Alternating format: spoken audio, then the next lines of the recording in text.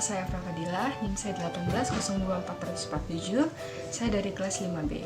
Nah, di sini saya akan membahas tentang 3 poin. Yang pertama adalah etika dan profesi, yang kedua adalah pedoman media siber, dan juga yang ketiga adalah kode etik jurnalistik. Nah, di pembahasan pertama saya akan menjelaskan tentang etika dan profesi. Etika adalah kewajiban dan tanggung jawab moral setiap orang dalam berperilaku di masyarakat. Etika profesi adalah suatu sikap etis yang dimiliki seorang profesional dalam menjalankan tugasnya dan menerapkan norma etik pada bidang pekerjaan khusus dalam kehidupan manusia.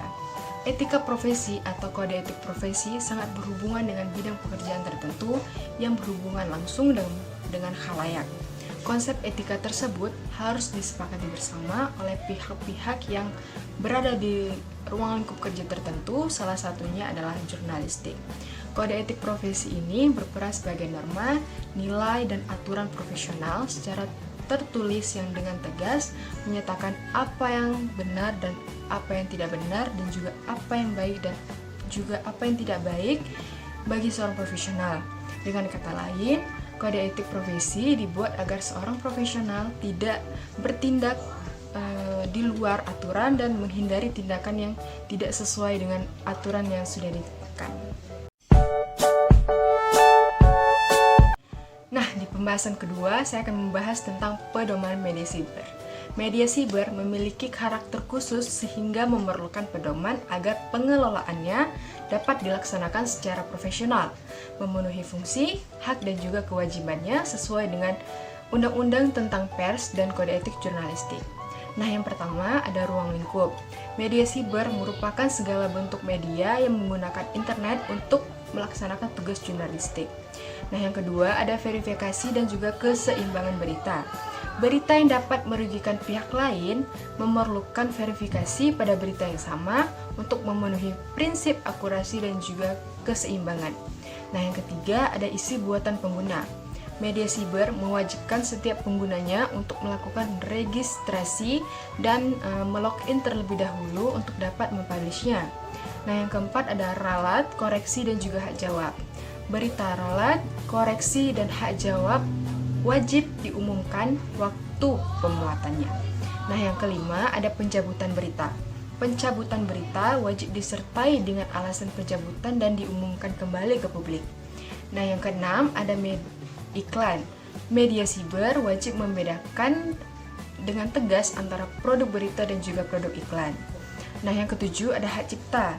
Media siber wajib menghormati hak cipta sebagaimana yang telah diatur dalam peraturan perundang-undangan yang berlaku. Nah, yang ke-8 ada pencantuman pedoman. Media siber wajib mencantumkan pedoman ini di media secara terang dan juga jelas. Nah, yang terakhir adalah sengketa. Penilaian akhir atas sengketa mengenai pelaksanaan pedoman ini diselesaikan oleh Dewan Pers. Nah, di pembahasan ketiga ini saya akan membahas tentang kode etik jurnalistik. Ada 11 pasal mengenai kode etik jurnalistik. Di pasal pertama, wartawan Indonesia bersikap independen, menghasilkan berita yang akurat, berimbang, dan tidak beretikat buruk. Pasal 2, wartawan Indonesia menempuh cara-cara yang profesional dalam melaksanakan tugas jurnalistik. Pasal ketiga, wartawan Indonesia selalu menguji informasi, memberitakan berita secara berimbang, tidak mencampurkan fakta dan opini yang menghakimi, serta menerapkan asas praduga tak bersalah. Pasal 4, wartawan Indonesia tidak membuat berita bohong, fitnah, sadis, dan juga cabul.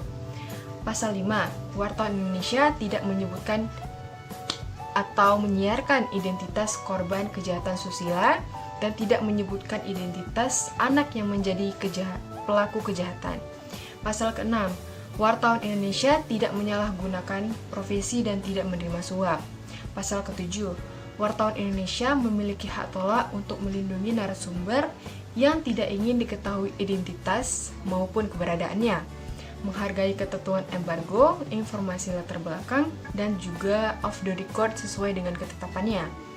Pasal ke-8, wartawan Indonesia tidak menulis atau menyiarkan berita berdasarkan prasangka atau diskriminasi terhadap seseorang atas dasar perbedaan suku, ras, warna kulit, agama, jenis kelamin, dan juga bahasa, serta tidak merendahkan martabat orang lemah, miskin, sakit, cacat jiwa, dan juga cacat jasmani.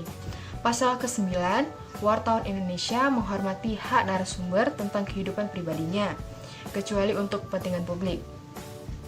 Pasal ke-10, wartawan Indonesia segera mencabut, meralat, dan memperbaiki berita yang keliru ataupun tidak akurat, disertai dengan permintaan kepada pembaca, pendengar, dan juga pemirsa. Nah, di pasal terakhir, pasal 11, wartawan Indonesia melayani hak jawab dan hak koreksi secara profesional.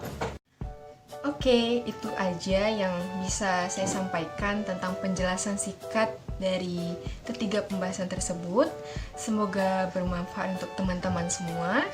Jangan lupa like, share, comment, and subscribe channel YouTube ini. Assalamualaikum warahmatullahi wabarakatuh. Bye-bye.